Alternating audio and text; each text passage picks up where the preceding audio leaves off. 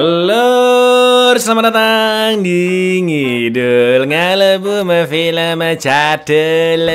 Gimana hari ini kalian sehatkah? Atau lagi banyak apes atau masalahkah? Semangat ya lur ya, semua pasti akan berlalu. Balik mana ambil aku Icang dengan quotes hari ini. Pas gerimis inget mantan, pas hujan inget kenangan, giliran pas banjir, baru inget Tuhan. Sesuai requestan dari kalian, kali ini kita akan mengidul film yang ciamik banget dan sangat memotivasi lur. Bergenre drama biografi, film ini berjudul Jobs tahun 2013. Tahu dong ini film tentang apa ya kan? Ya, betul, tentang perjalanan Steve Jobs yang mendirikan perusahaan Apple. Dan seperti yang kita tahu sekarang menjadi perusahaan dengan kapitalisasi pasar terbesar di dunia ya kan? Dari beliau masih kuliah dan drop out, membuat komputer pertamanya di garasi, sampai jatuh bangunnya perusahaan Apple di tahun 90-an. Penasarin kan? Jadi langsung aja kita ke requestan pertanyaan lucu dari dulurku, kawan lama workshop ya. Cak, apa bener kalau cleaning service rumah sakit kerjanya rajin dan nurut lama-lama bisa diangkat jadi dokter? Dokter itu profesi yang butuh pendidikan, pelatihan, izin, dan ada juga spesialisnya lur. Kalau jadi dirut masih mungkin, kalau jadi dokter ya nggak mungkin dong, belak. Monggo skecaken. Make it great.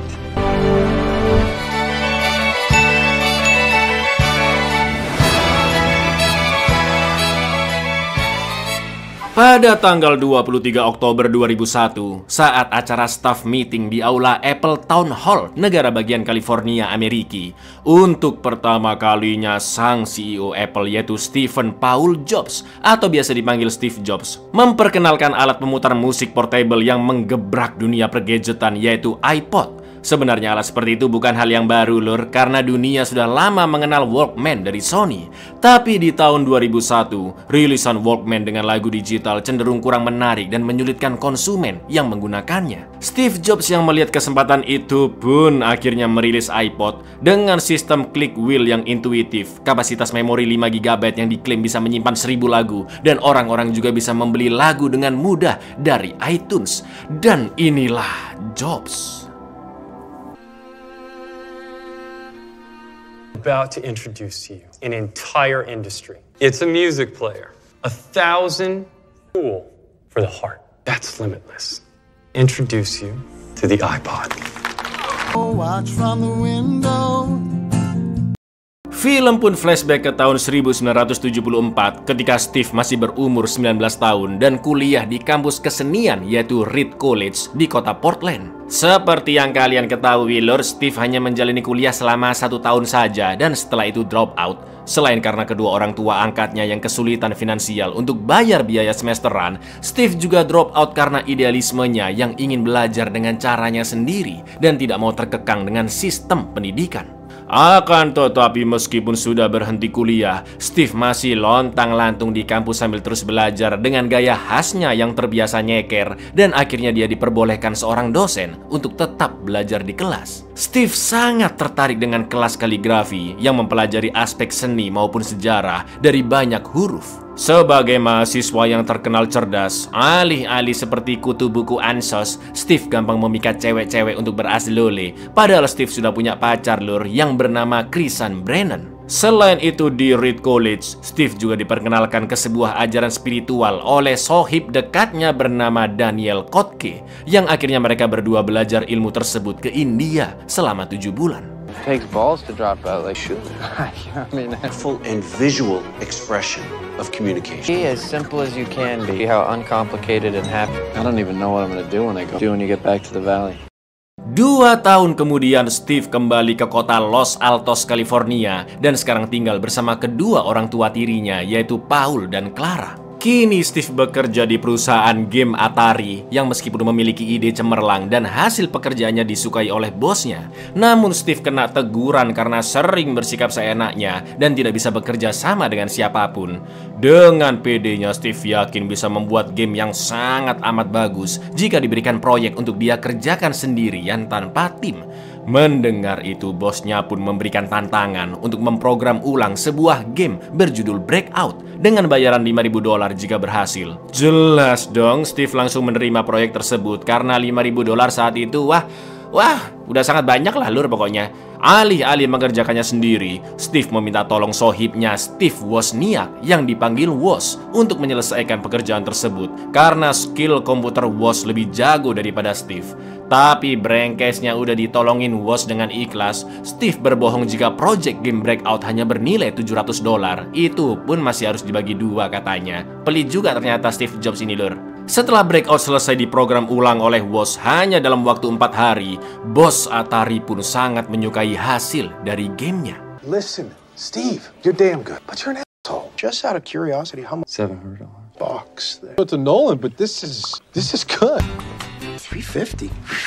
Not bad. It's great. Ketika memberikan uang hasil proyek ke Woz di rumahnya, Steve pun terkejut, terpana melihat seonggok papan sirkuit elektronik dengan keyboard, layar, dan juga sistem operasi. Woz pun menjelaskan jika itu adalah proyek iseng-iseng miliknya, yaitu sebuah komputer yang terpasang langsung dengan layar kecil. Jadi pemakainya bisa melihat langsung apa yang mereka sedang kerjakan lur. Ya kayak komputer-komputer sekarang lah. Karena kalau kalian tahu di tahun 70-an, komputer masih memakai sistem punch card dan apa yang dikerjakan oleh pengguna komputer hanya bisa dicek di punch card-nya saja lur. Intinya ya nggak bisa muncul langsung di layar gitulah. Oh, it's computer terminal board I'm working on.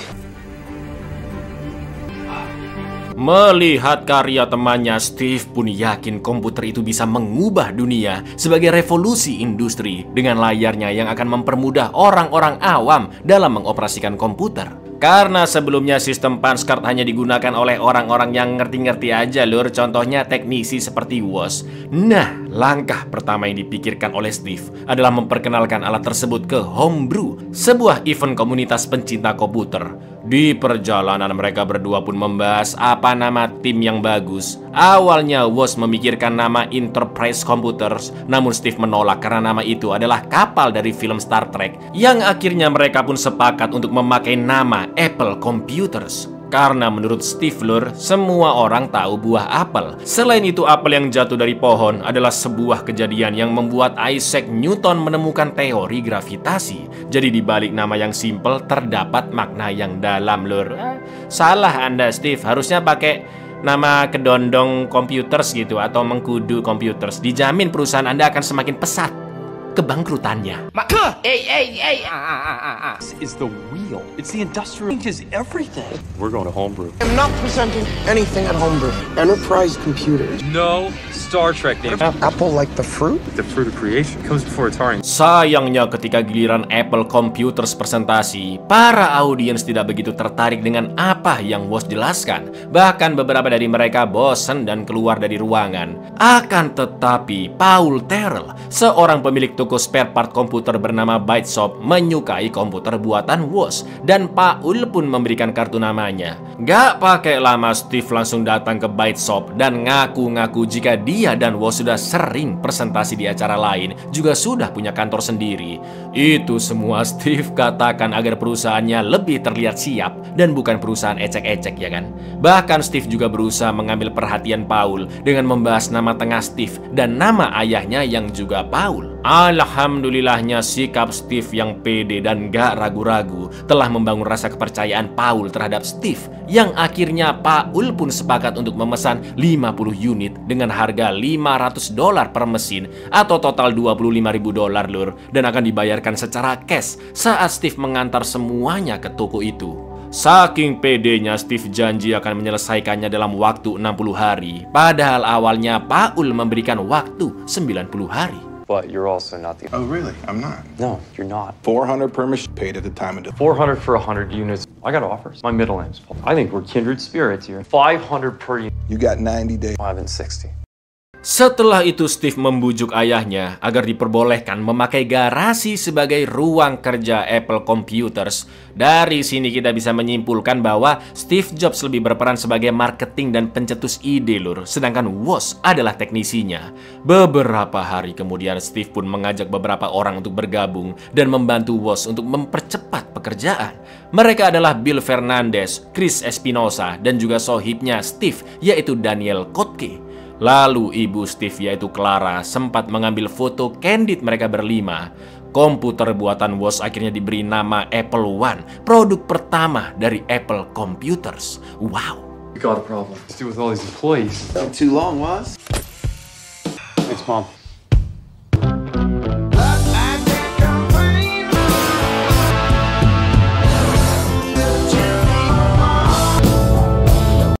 Setelah dikeroyok oleh 5 orang, dalam 60 hari mereka semua pun berhasil membuat 50 unit Apple One. Akan tetapi Paul pun sangat terkejut begitu melihat semua komputer itu hanya berbentuk papan sirkuit tanpa layar monitor dan keyboard. Menurut Paul, komputer Apple One harusnya sama seperti yang dipresentasikan Woz di acara Homebrew, yaitu sepaket dengan layar dan keyboard.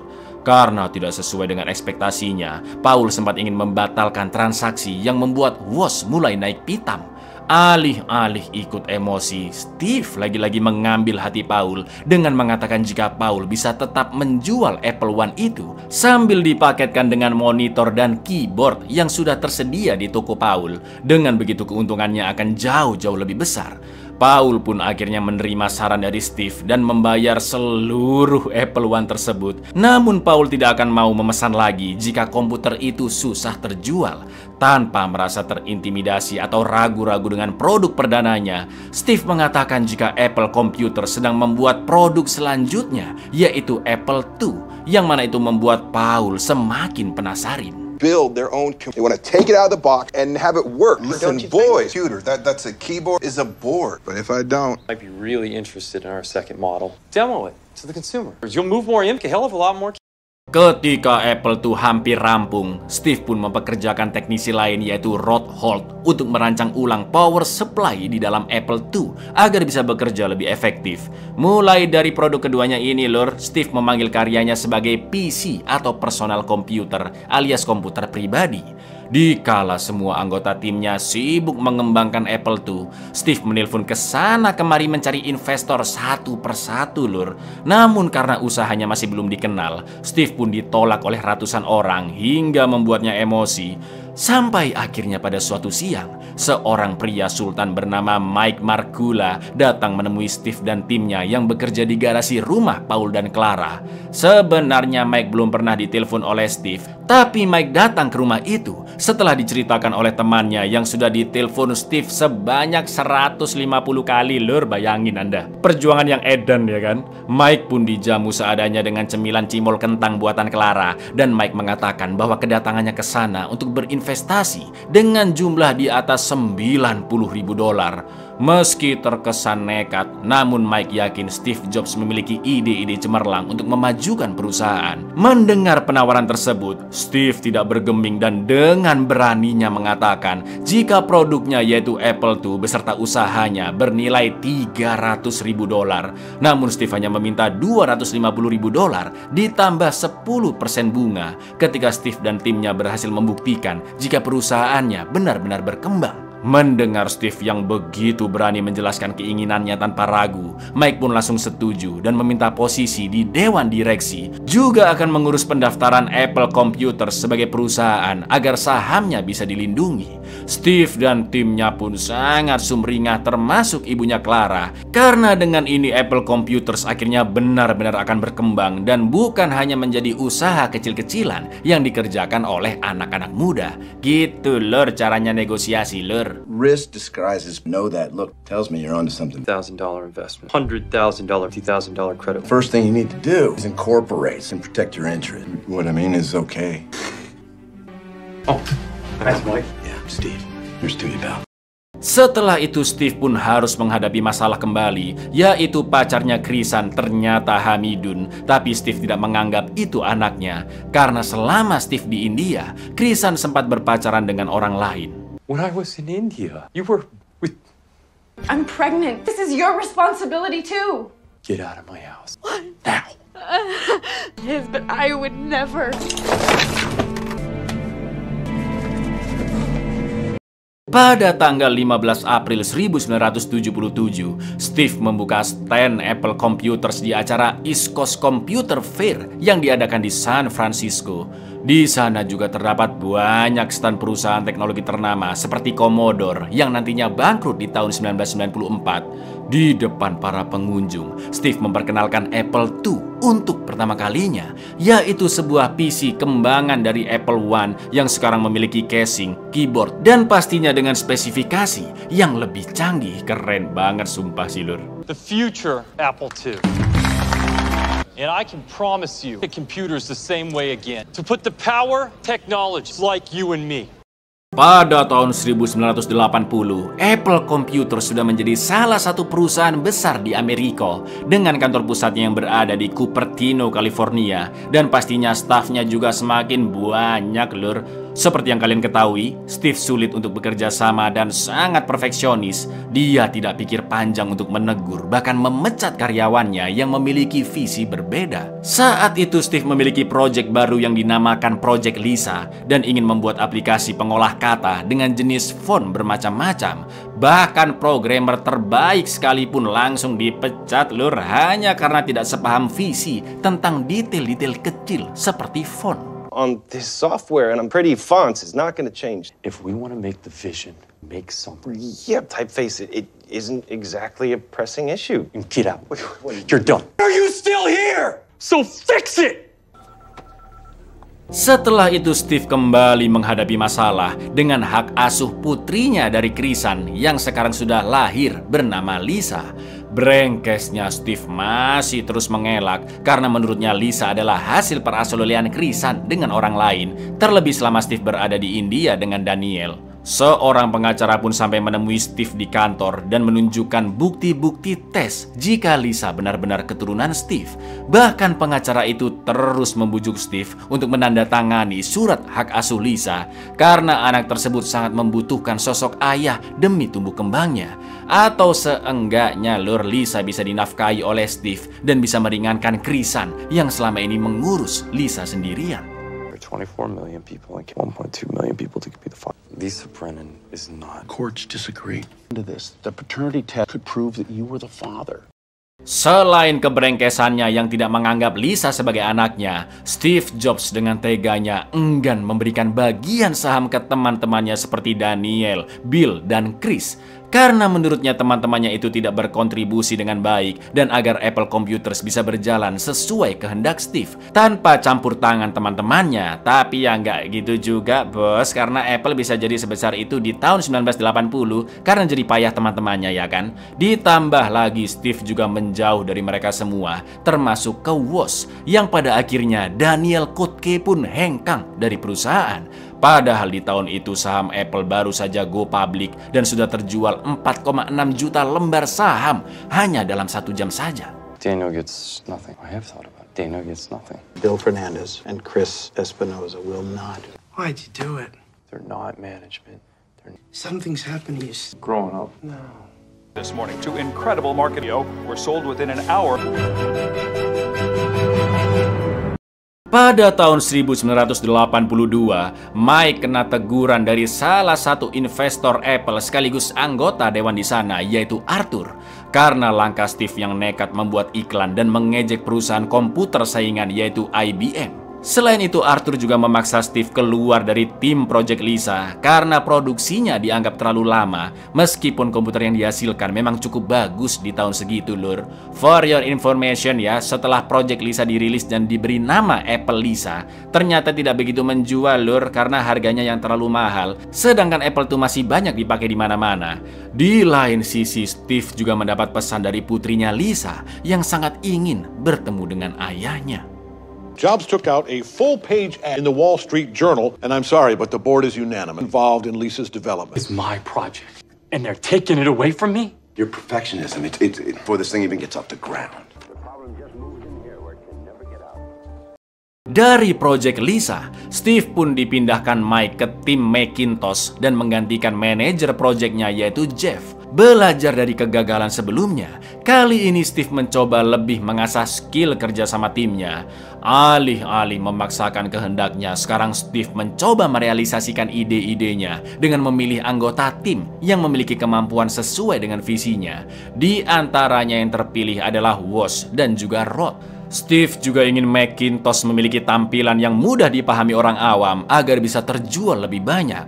Setelah 3 tahun proyek itu diambil alih Steve, Apple Computers pun akhirnya merilis Macintosh 128K dengan harga $2.495 di tahun 1984. Macintosh generasi pertama itu sudah dilengkapi dengan layar, keyboard, tempat disket, dan juga mouse.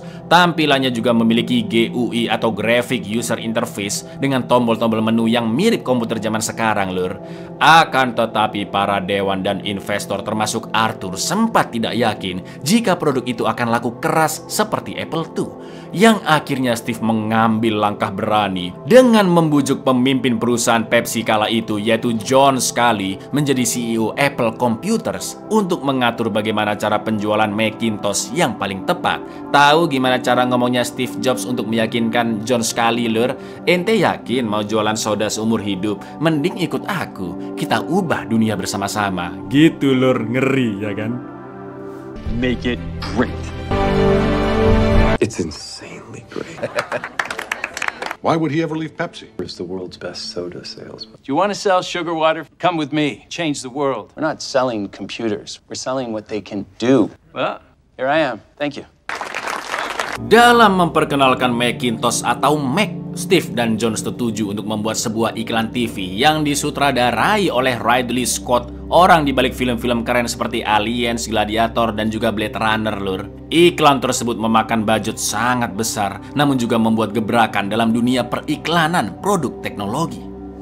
Apple is to be the only hope computer industry. On January 24, CY 1980. Tapi sayangnya lagi-lagi penjualan Macintosh masih belum sesuai harapan karena John Sculley nekat menaikkan harga komputer itu dari yang seharusnya agar cepat balik modal. Bahkan harganya hampir 2 kali lebih mahal dari kompetitornya, yaitu perusahaan IBM. Selain itu, Steve juga sangat geram begitu mencoba aplikasi pengolah kata buatan Microsoft yang tampilannya super mirip dengan rilisan Apple, lur. Steve pun langsung menelpon Bill Gates dan meluapkan semua sumpah serapahnya, juga berjanji akan menuntut Microsoft di ranah hukum. Jobs promised us 1 million units. Thing has to change. Take the blame for the failures of some court jester. Lost for words. It's him, not Mac. You stole my software, and I can prove it. Psychopathic, unimaginative criminal. Then I don't first take 90 cents! Pada suatu malam di tahun 1985, Woz akhirnya mengundurkan diri dari Apple Computers. Dia merasa kecewa dengan Steve yang menjalankan perusahaan selama bertahun-tahun tanpa melibatkan sohibnya lagi. Bahkan sekedar ngobrol pun tidak, lur. Padahal Apple tidak akan ada jika bukan karena Apple One buatan Woz, ya kan? Ya, Steve Jobs adalah orang yang sangat individual dan ingin menang sendiri. Namun di lain sisi, Steve juga percaya diri dengan kemampuannya sebagai pengusaha di bidang teknologi. Tapi dia tidak begitu lihai menjaga hubungan baik dengan orang-orang di sekitarnya. Karena yang dia pikirkan hanyalah produk dan produk, lur. I'm leaving Apple for good. Actually, I already did. No, it's not about people anymore. No, it's about the product. Remember when we were back in your dad's garage like us? You remember that? I don't know what you think is going on. It doesn't end well for you. I love what we did. Setelah Woz hengkang dari Apple Computers, Steve pun baru sadar jika selama ini dia hanya melihat manusia dari kemampuan dan rekam jejaknya saja, tanpa mempedulikan perasaan ataupun sikap orang tersebut. Sama seperti John Sculley yang dipilih menjadi CEO hanya karena kemampuannya sebagai pemimpin perusahaan Pepsi. Setelah kekacauan penjualan Macintosh, Steve pun terus berusaha menghubungi Mike dan John, namun tidak ada jawaban. Sampai akhirnya Arthur meminta Steve datang ke kantor dan dengan sangat terpaksa, John pun meminta Steve untuk mundur dari perusahaan Apple. Karena menurut investor dan para dewan direksi, Steve hanya akan mempersulit perkembangan perusahaan sebab sikapnya yang terlalu individual dan idealis. Bahkan ironisnya ketika diadakan voting, semua dewan Apple Computer sepakat memilih John Sculley sebagai CEO berikutnya. It's Steve. If you just give me a call back, that'd be great. You are your own enemy and this company's. It was the worst mistake I have. Steve, it doesn't have to. Those in favor of John Sculley? Vote for Sculley. Di tengah kesedihan dan juga kekecewaannya, Steve pun kembali menemui orang tuanya dan menangis di garasi yang dulu Steve pakai menjadi kantor pertama Apple bersama teman-temannya. Lalu di tahun yang sama, yaitu 1985, Steve mendirikan perusahaan komputer baru bernama NeXT, juga membeli studio animasi yaitu Pixar. Dan kerennya pada tahun 1995, di bawah kepemimpinan Steve Jobs, Pixar pun merilis film animasi terkenal sampai sekarang yaitu Toy Story, ya kan? Di lain sisi pada tahun 91, Steve menikahi seorang wanita bernama Lauren Powell. Mereka pun dikaruniai seorang anak, namun putri Steve yaitu Lisa juga ikut tinggal serumah dengannya. Sementara itu Apple Computer semakin terpuruk sampai akhirnya Arthur memecat John Sculley di tahun 1993 dan digantikan oleh Michael Spindler hingga 1996, lalu beralih lagi ke Gil Amelio yang benar-benar membujuk Steve untuk kembali ke Apple sebagai konsultan demi menyelamatkan perusahaan itu. Bob's computer software company NeXT, former company Apple Computer. Apple's market value has eroded. The ousting of former chief Sleep all day, huh? I'm going to the farmer's market today. Plans? You want to come with me? Do to convince you to come back. How you feel about Apple. Setelah 11 tahun lamanya, Steve pun kembali ke kantor Apple di Cupertino, California dan disambut oleh Gil juga Mike. Situasi pun terasa agak awkward lur karena Mike juga terlibat dalam pemecatan Steve Jobs di tahun 1985, ya kan? Lalu Steve pun memilih untuk keliling kantor Apple sendirian daripada ditemani oleh Mike. Dan sepanjang jalan Steve tidak sadar jika karyawan-karyawan di sana terkejut memperhatikannya karena setelah bertahun-tahun pendiri dari Apple akhirnya datang ke sana. Steve. Mike, It's nice to see you. I'm gonna show myself around. I'll take it. Son of a... Steve pun kembali bekerja di Apple sebagai konsultan dan bertemu dengan kepala desainer produk yaitu Johnny Ive yang memiliki visi untuk membuat desain gadget lebih indah dan tidak kaku. Di mana salah satu idenya nanti di masa depan adalah membuat komputer all-in-one yaitu iMac lur dengan desain transparan. Sekarang hal yang ditekankan kepada tim developer Apple adalah mereka harus membuat sesuatu yang baru dan bisa digunakan oleh banyak orang. I don't care what it is, I don't care if it's technology. Create something. Pemimpin Dewan Direksi Apple saat itu yaitu Ed Woolard sangat yakin jika saat ini adalah waktu yang tepat bagi Steve Jobs untuk kembali menjabat sebagai CEO. Karena kondisi saham Apple sempat anjlok 7,5% dalam semalam saja dan masuk all-time low atau titik terendah selama 10 tahun terakhir. Di lain sisi kita juga sempat diperlihatkan Steve Jobs yang senang mendengarkan Walkman namun membenci tombol-tombolnya yang tidak praktis. Gak pakai lama pada rapat Dewan Direksi, Ed pun mempersilahkan Steve menjelaskan visinya tentang masa depan Apple.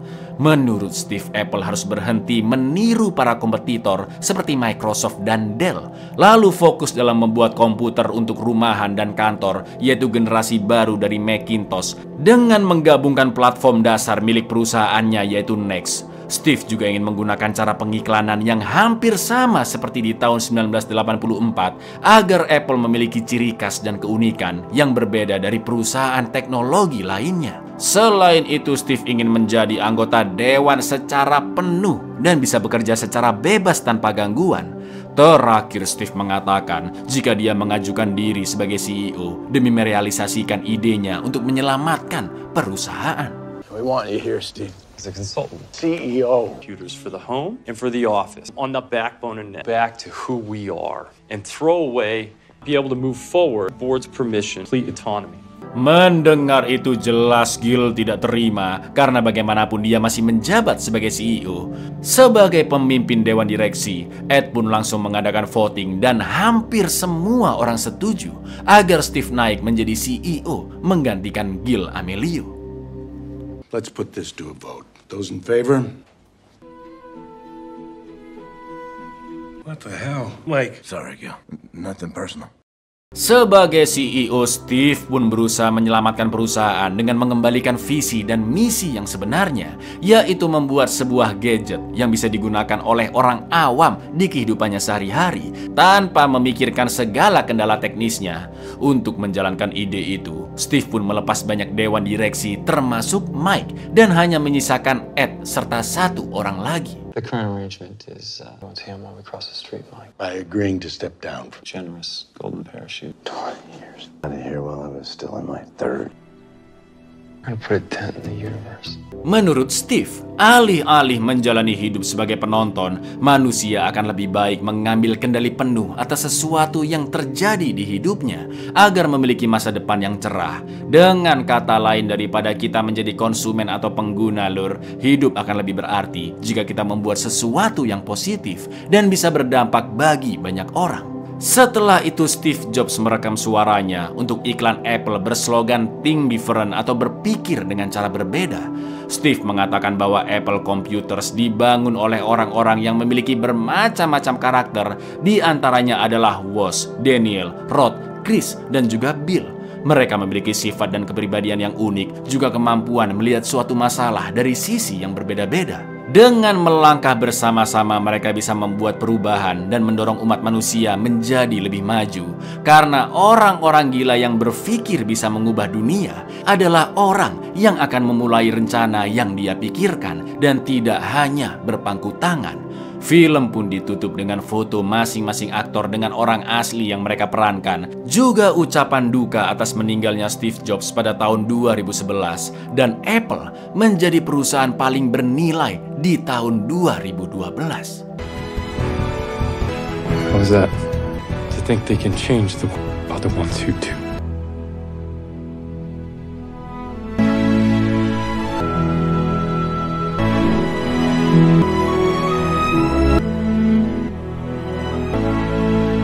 Buyar, gila, keren banget perjalanan hidupnya, Lur. Udah nonton sampai akhir, kalian masih rebahan, masih scroll TikTok dan main ML seharian. Ya, kalian sendirilah yang menentukan arah hidup kalian, Lur. Jadi udah tahu kan bedanya Steve Jobs sama kita-kita ini apa? Kalau mau sukses, berdampak bagi banyak orang, dan kaya raya sebagai bonusnya, belajar, berjuang keras, dan minimal cara pandangnya kayak Steve Jobs, Lur.